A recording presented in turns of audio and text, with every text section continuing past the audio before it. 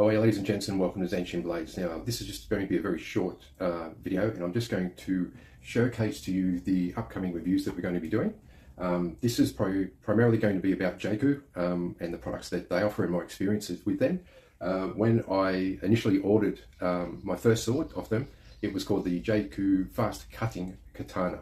And I bought it with a mind of actually using it for our cutting seminar that we did in conjunction with my dojo where I train. And when I got it, it actually had a bend about 10 mil to the left-hand side of the blade. So what I did, it was a beautiful blade, but I took photos and gave all the information I could to Jaku, and I was very, very nice about it. And they decided they would reforge the sword. Now, with the second iteration of what I wanted, I explained to them a little bit about why I wanted it, the cutting that it was going to perform, and the importance of the swoosh or the tachikaze, the sound that it makes to correctly tell whether you've got edge alignment or not. So these are the two in question here. This is another one I just bought on a whim. I'll show you that one in a moment. That's something different. This is the first one here. So if I can just get him down. And this is, bear in mind, I'm going to review all these separately. So this is just a rundown basically on what's coming up. So this is the first Jaku iteration that I got. It was advertised with Hishigami and it doesn't have any. Although the wrapping is quite tight and it does have Semigawa underneath there. Transitions are fine, but those diamonds are moving already. And I've used it a couple of times at training. And as you can see there's plenty of play. So wasn't happy with that. Wasn't happy with the bend that the blade actually had.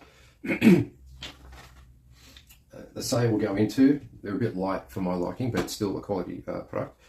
This is a T10 cutting katana, and it has a very nice distal taper, which makes it a very light, nimble blade. It's very easy to move around, but I've since straightened it. But when I did actually use this at the cutting seminar, when I used it, it actually set back to that 10 mil or 10 degree bend. So, you know, I put it away and I used the other one I had, which was the Winter Sun by Dragon King, but that's a review for another day. So since then I've used the hell out of this one. I don't know if you can pick up on it there, but there's scratches and all that type of thing on it. I've sharpened it quite a few times and I'm in the process of trying to take out all those scratches that I've just put in. So I've really put this one to the test as T10 light dimension steel that's on a katana, and I like it. It's nice. It's really easy to move around. Not good for heavy targets, but in the sound this makes, it's probably one of the loudest katanas that I have. Very easy to produce them. So that was the first one. So I wrote away, was very nice about it, and they reforged this one into this one. Same silver. This time Hishigami, very tight wrapping, very nice handle. It feels a bit hard, but I'm sure that'll loosen up over time. Scabbard is a little bit different. It feels too light, but it works well. It's a rough finished Kori-Ishime or stone finish, just like the other one there. Same silver as I've said, and then we come out, and this one's a little shorter in dimension. Feels a little heavier, much stronger dimension to the blade. Not as much distal taper, but that will aid in its strength and durability, and I've had no problems with this one using it. It is just as nimble as that one, just feels a little heavier. And as I said, I gave them more information as to what I want, and they sort of came up with the goods there. A fast, quick katana with a good weight that makes a good sound. And again, it does the job really well. I really like it. A little bit of a ridge there in the wrapping as it comes across the Manuki there, but apart from that, that's really nice, and we'll be reviewing that as well. So that's the brother, or the of that one there. So those two are very much related, and on request, that is the second iteration of that one there. This one I got only a couple of weeks ago. Jaku is having a clearance sale at the moment, and it's early May as I make this, and that's in line with all the tariffs, all that type of thing, which I won't go into right now. But there's some restructuring of prices and some getting rid of some stock that's been laying around, might be scratched or dented or anything like that. So if you think you might be interested in a new cutting katana, they've got very much different iterations. They also do Chinese style swords as well. Give them a look. The Jaku Sino sword, or Sino sword is the name of the website. So this one had no description. I bought it blindly. It was discounted to half price. There's a whole range.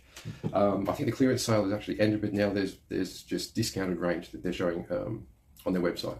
But this one I got because it was different. There was something like 20 different ones you could choose from, all different shapes, styles, that type of thing. This one I got because it is just different. They've done a few different things on the blade, and since I got it, and I've only had it for 2 days, I haven't even taken the wrapping off the handle yet. But this is again, they're all T10 steel, and this is 35 or 3.5 centimeters from beginning to end. So this is a very big bladed katana, and it's got a lovely hammer line. I'm not sure of the name of that at the moment, but by the time the review comes around, I'll have all that spec. It would be a very front heavy katana if it wasn't for this big brass suba that they've put on through the bottom here. So that balances and brings that weight back. And it's only sitting at around about 14 centimeters as the balance point for this. So they've done a really good job of bringing that weight back down the blade. It has a sohi, but it is a broken sohi there. So you've got the main bohi running the full length of the blade. Sohi is the thinner bohi that is running there. And you can see it stops just there and there. There's a gap. And then the sohi goes right up and terminates right up just before the main bohi in the blade. So they've done a really nice job of it too. They all finish very even across the blade from one side to the other. And I like it. That is almost an Okasaki. It is quite a big, strong tip. And I have got the calipers out. I think, yeah, you can see that they're actually still set on the width. And that's 3.5 from there right through the blade. It's a little narrower there. And then you can see 3.5 there. So very different dimensions.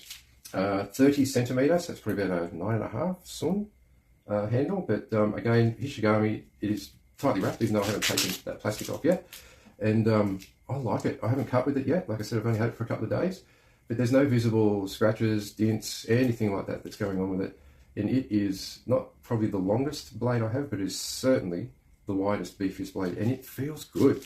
That is the surprising thing. Handle's probably a bit longer than what I like. I usually like about the 27 odd, the 9 sun.